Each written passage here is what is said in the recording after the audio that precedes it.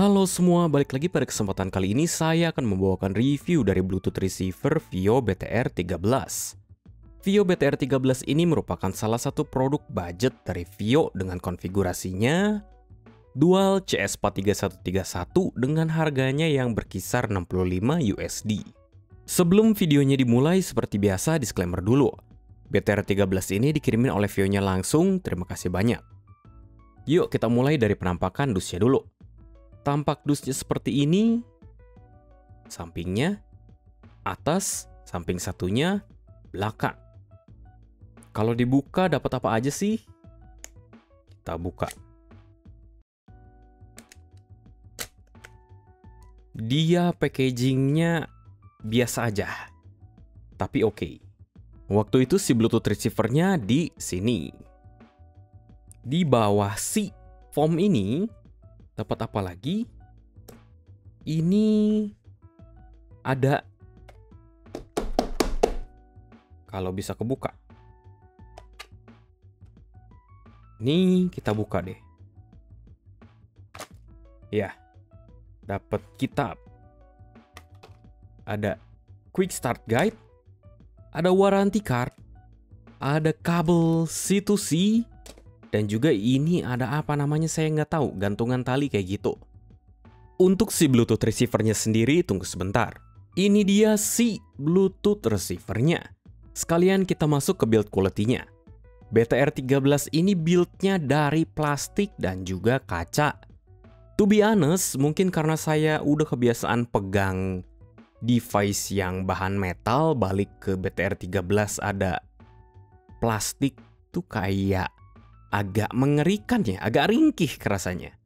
Ini nggak tahu juga plastiknya bakal awet atau enggak dari lecet-lecet daily use. Selain itu, dia nggak include case apapun di paket penjualannya. Untuk fisiknya sendiri, di bagian atas kita bisa lihat ada port 3.5 dan 4.4. Kirinya kosong, kanannya ada power button, ini select button, volume up, volume down, ini ada mode switch selector, ada PC, BT, dan phone. Modenya dia bedanya apa? Kalau misalkan di set ke mode PC, ini kalau misalkan kalian mau colokin sebagai USB deck. Dia powernya ngambil dari si USB PC. Kalau BT mode, mode normal Bluetooth receiver. Phone mode, kalau misal kalian mau pakai ini sebagai dongle biasa digantung-gantungin ke HP kalian. Dia powernya ambil dari internal BTR13. Kalau si bagian depannya sendiri, ini ada si LCD-nya, display-nya. Ini size-nya 0,96 inch IPS display. Di display-nya sendiri kamu bisa ngecek info kayak, kalau koneksi harusnya ini ada tulisannya. Dia LDAC, volume berapa, dan juga sample rate-nya berapa. Di bagian belakang device-nya, ini ada built-in clip. Di bagian bawahnya dia ada port Type-C. Sayangnya, VIO menyatakan bahwa BTR13 ini nggak mendukung fast charging dan hanya mendukung UAC1, jadi koneksi USB-nya terbatas di 16 bit 96 kHz. Nggak ada 24 bit, apalagi 32 bit. Kita bahas sedikit untuk menu di BTR13-nya sendiri. Menunya diakses dengan menahan tombol power button. Dia ada pilihan apa aja sih? Dia ada charging protection, gain, EQ, car mode, dimmer, ini brightness untuk LCD-nya, display-nya. Ini ada off display atau timeout. Ini ada pair 2D yang saya juga nggak tahu untuk apa. Ada pilihan language, reset version. Dah, itu aja. Untuk menu tambahannya juga bisa diakses menggunakan VIO Control App. Di situ bisa akses apa aja sih? Saya masukin screenshot-nya di sini.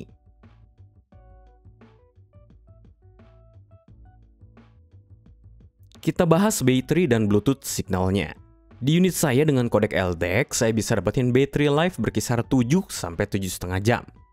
Di kedua 3.5 dan 4.4 balance-nya ini sama-sama mirip. Kurang lebih keduanya dapat segituan. Sinyalnya dari BTR13 ini sangat stabil. Saya nggak ngalamin putus-putus sama sekali selama saya pakai si device ini. Untuk output powernya gimana?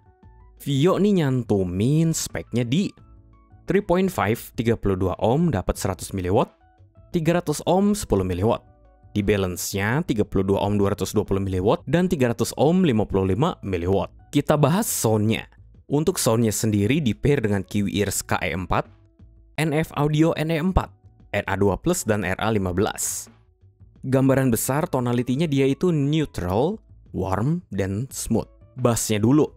Saya notice bass-nya BTR 13 ini dia just right ya. Nggak bener-bener dikasih micin, nggak di boost juga, tapi nggak berasa kurang juga. Depth-nya oke dan punch-nya lumayan.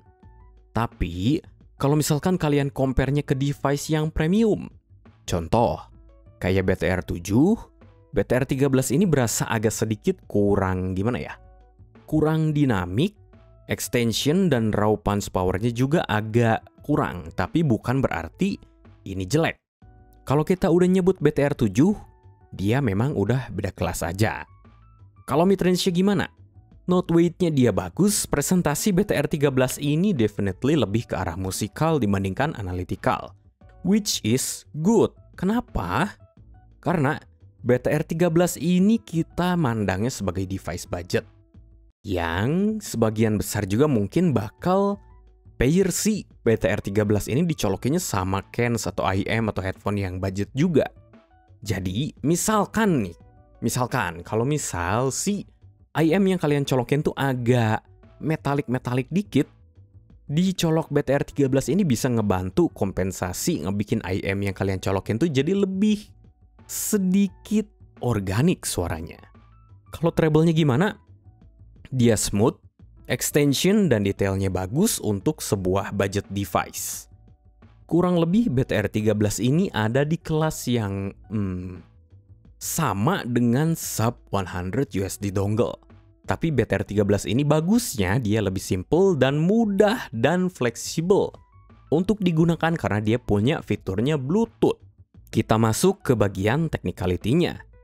Dia good untuk di harga 65 USD. Stage-nya dulu. Dia decent size, decent layering, definitely larger stage size dan better layering di si 4.4-nya. Kalau imaging-nya gimana? Dia tuh saya cuma bisa bilang good. Dia nggak punya masalah apa-apa untuk render holografis kalau emang IM atau headphone yang kalian colokin tuh udah bisa render holografis. Tapi jangan expect si BTR 13 ini untuk ngebikin kayak IM atau headphone budget kalian tiba-tiba jadi holografis karena belum sebagus itu. Dan juga memang di price point harga segini rasanya itu agak mustahil ya. At least untuk 2024 di harga segini belum bisa seperti itu. Untuk separasi dan positioningnya dia good. Sekali lagi, definitely better di 4.4-nya. Saya bisa dengan mudah pinpoint dan separate suara. Tapi kalau misalkan dicoloknya di 4.4, karena suaranya tuh berasa lebih spacious, kayak lebih berjarak lagi, dia otomatis ngebantu ke si separasi dan positioningnya jadi lebih oke lagi. Kita masuk ke komparasinya. Di-compare ke Vio BTR 15, harganya 109 USD. BTR 15 punya superior output power dan sektor amplifikasi yang lebih oke. Dia tonalitinya sedikit beda, BTR 15 lebih gimana ya? Ngecering. Dan selain itu, BTR 15 punya dinamik yang lebih oke. Dan saya notice technicality-nya di BTR 15 tuh nggak tahu kenapa 3.5 versus 4.4-nya nggak begitu beda jauh. Kalau di BTR 13 ini saya rekomendasiin kalian untuk colokinnya sebisa mungkin di 4.4. Kalau di-compare-nya ke BTR 7, harganya 200 USD. BTR 7 jelas lebih refine, lebih dinamis, dan detail retrieval-nya jelas lebih oke dari BTR 13, which is wajar. Karena emang kedua komparasi ini udah beda price bracket yang jauh. Lebih dari 2 kali lipat harganya. BTR 7 juga ngebawain suaranya lebih agresif dibandingkan BTR 13. BTR 7 dia tuh efeknya kayak gimana ya? Lebih lively, lebih hidup. At least kalau dicolokin ke IM yang saya pakai tes kalau di-compare ke BTR 13. Jadi, kita akhiri dengan konklusinya. Apakah BTR 13 ini bagus? Recommended nggak sih?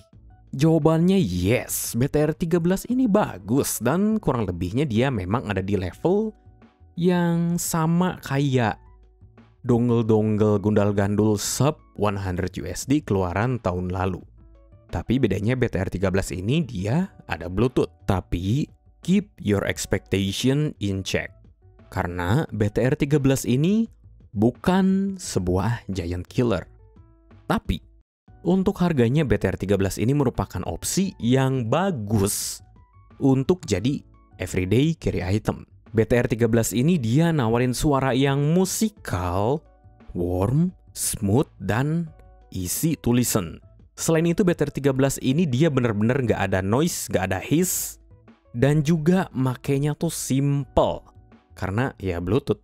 Dan juga dia ada fitur parametric EQ kalau misalkan kalian butuh. Tapi satu hal yang perlu saya singgung juga, hati-hati kalau misal emang kalian mau pakai BTR 13 ini sebagai everyday carry item kalian.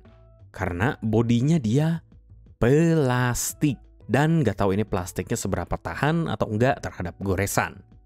Dah, segini aja review saya kali ini. Terima kasih udah mampir di video ini. Apabila berkenan boleh dong minta like, sub, dan share juga. Sekian dari saya. Ini review untuk BTR 13.